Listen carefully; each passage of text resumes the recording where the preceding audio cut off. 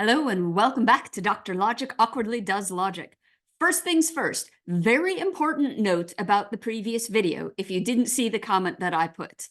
I gave you a big warning about being super careful about how you copy your formulas down because you can introduce problems by dropping negations or mismatching your parentheses. And then guess what I went and did? I dropped a negation. So if you didn't notice my error, go back, check the previous video, and see if you can find it. In any case, it's a good learning exercise to make sure that you are paying close attention. Let's see if I can get through this video without making a similar mistake. This time, I'm going to show you the same process that we've been seeing, but with a formula that works. That is, I'm going to write down an arbitrary formula, and we are going to reduce it to first degree, convert it to ordered modal conjunctive normal form, apply the test, and then we're going to get something that passes the test, just so that you get an example of the positive side of things. So our arbitrary formula is going to be, if it is possible that P and Q, then it's necessary that necessarily P implies necessarily Q implies possibly Q. So the question, which I've already given away the answer to, but is this a theorem of S5? So what we start off with is reduction to the first degree. And we can see that we need to do that because we don't have any iterated modalities, but we've got a bunch of embedded ones. So step one, reduce to first degree. Again, this time I will copy my formula down correctly. So we've got one diamond here, and a box, and a box, and some more boxes, lots of boxes. We like our boxes. And another diamond at the end. Okay, quick double check. Yes, this time I got it correct. First thing that we want to do is eliminate the implications. So let's get rid of that one, and that one, and that one, and we replace them with disjunctions, but then we have to make sure that we negate the antecedents. So there's a negation there, and a negation here, and a negation here. Next, we apply modal interchange to drive those negations all the way through to the other side of the modal operators. So this one becomes box not P and Q, or box diamonds not P, or necessarily Q, or diamond Q. And then we've got, so none of them are on the left-hand sides of modalities. So the next thing to do is De Morgan's. So here we've got modal interchange, and then we're going to do De Morgan's to drive, again, all of the modal operators all the way over to the atoms. Sorry, all the negations. So here we get not P or not Q, or necessarily possibly, and this becomes not possibly not P, and not necessarily Q.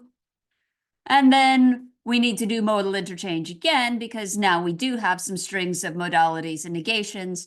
So this one stays the same, necessarily not P or not Q, or necessarily, possibly, necessarily P, and possibly not Q, or possibly Q. And now we do have all of our negations attaching to atoms. And oops, nope, we still have embedded modalities that we need to get rid of.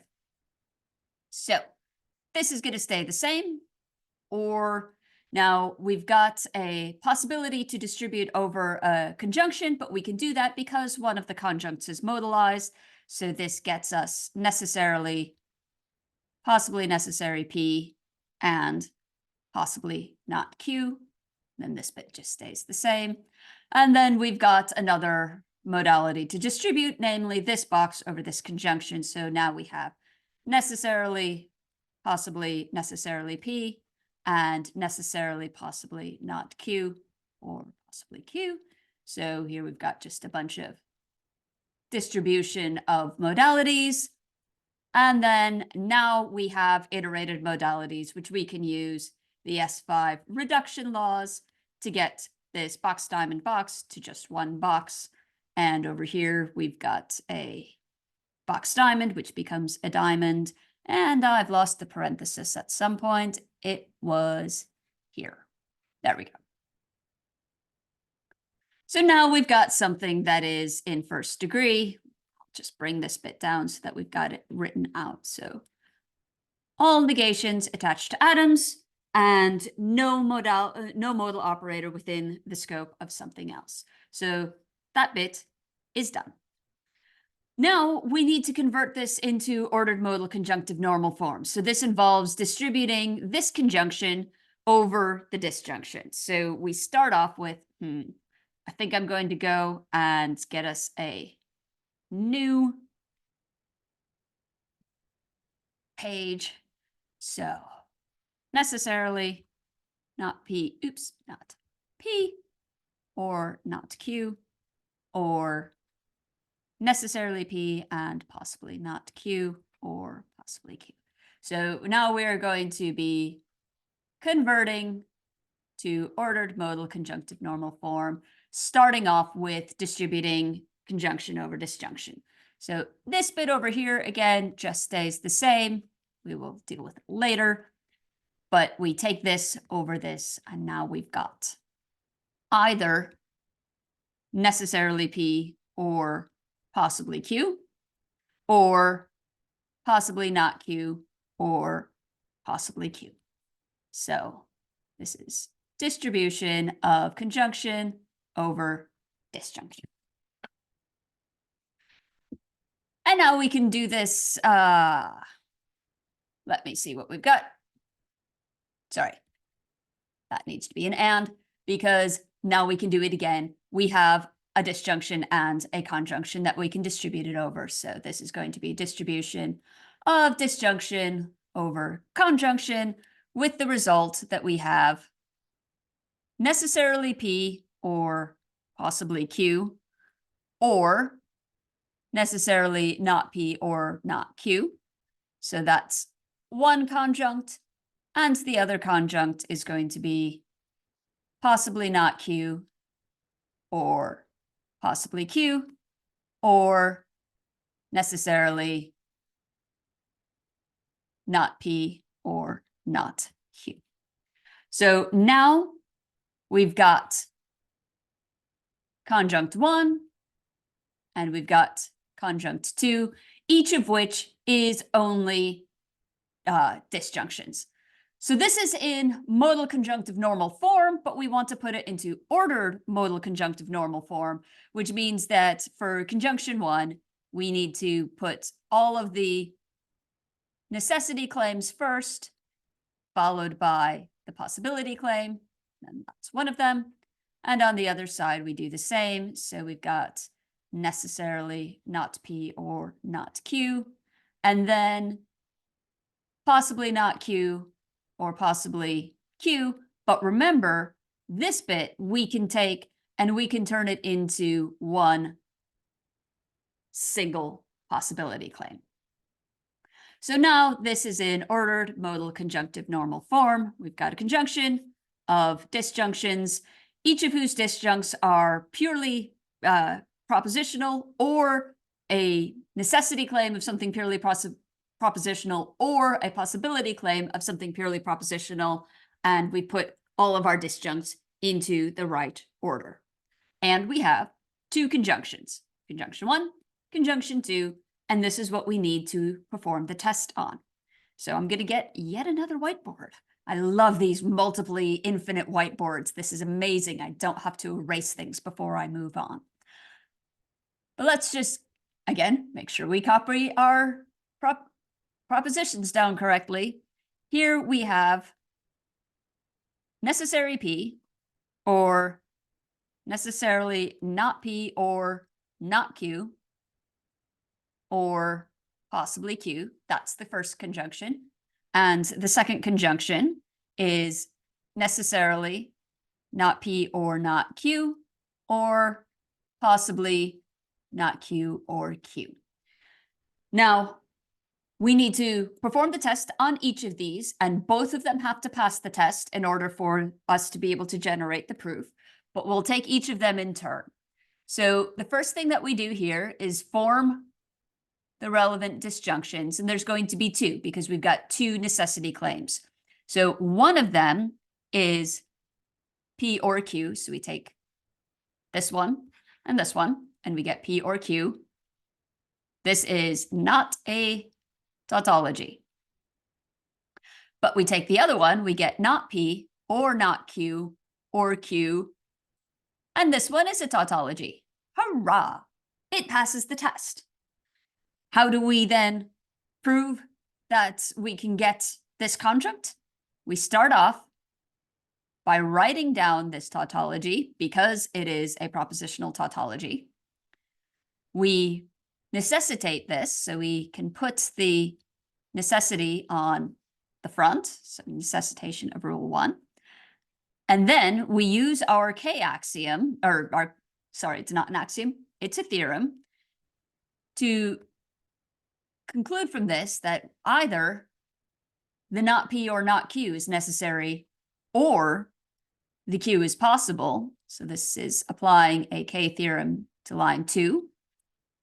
And now you can see how this is going to go. All we need to do is use propositional reasoning to add back in this disjunct, which otherwise doesn't play any role.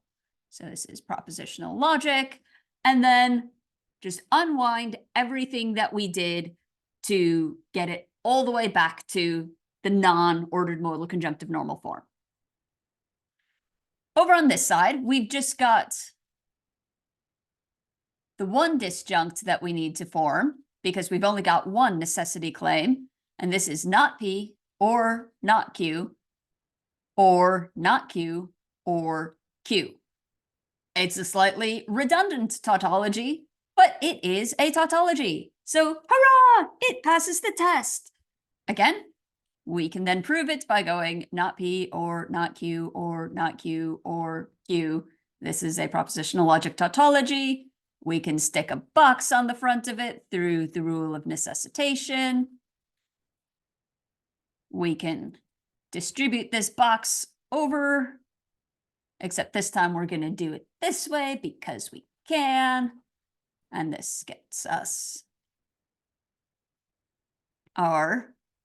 actually, this gets us the conjunct that we need because we don't have to add in any of the redundant ones.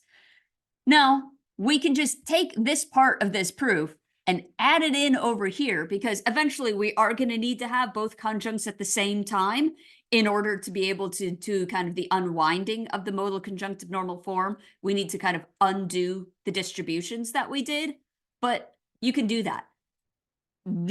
These lines of the proof and these lines of the proof are basically separate from each other. So I can write down these 4, and then instead of having another proof over here, I could have just done 5. Not P or not Q or not Q or Q, and so on and so forth. So, isn't that cool? This is a theorem of S5. I took an arbitrary formula, went through all of the procedures, and at the very end, I was able to generate a proof for you. Of course, I didn't do all of the steps, at least not in that nice little proof written out format. But you can go through the steps that I did in the video and you can reconstruct everything if you want to have the full proof. In fact, it might be interesting to do that and tell me how many lines it ends up being, because I bet it's going to be pretty long. But this basically sums up this constructive method for the completeness of S5. It's really cool. It's fun. It's really kind of magical to be like, I don't actually have to ever remember how to prove anything in S5. I can just go through this mechanical procedure and generate a proof for me. So all of a sudden, like proof in S5, not so interesting anymore. What's going to be interesting is when we look at generalizing. We can't generalize this mechanism because it crucially relies on the distribution and reduction laws of S5.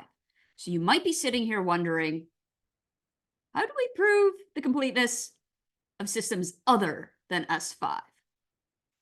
And you'll be happy to hear that's exactly what we're going to be moving on to next. So join me then. Until then, take care. Cheers.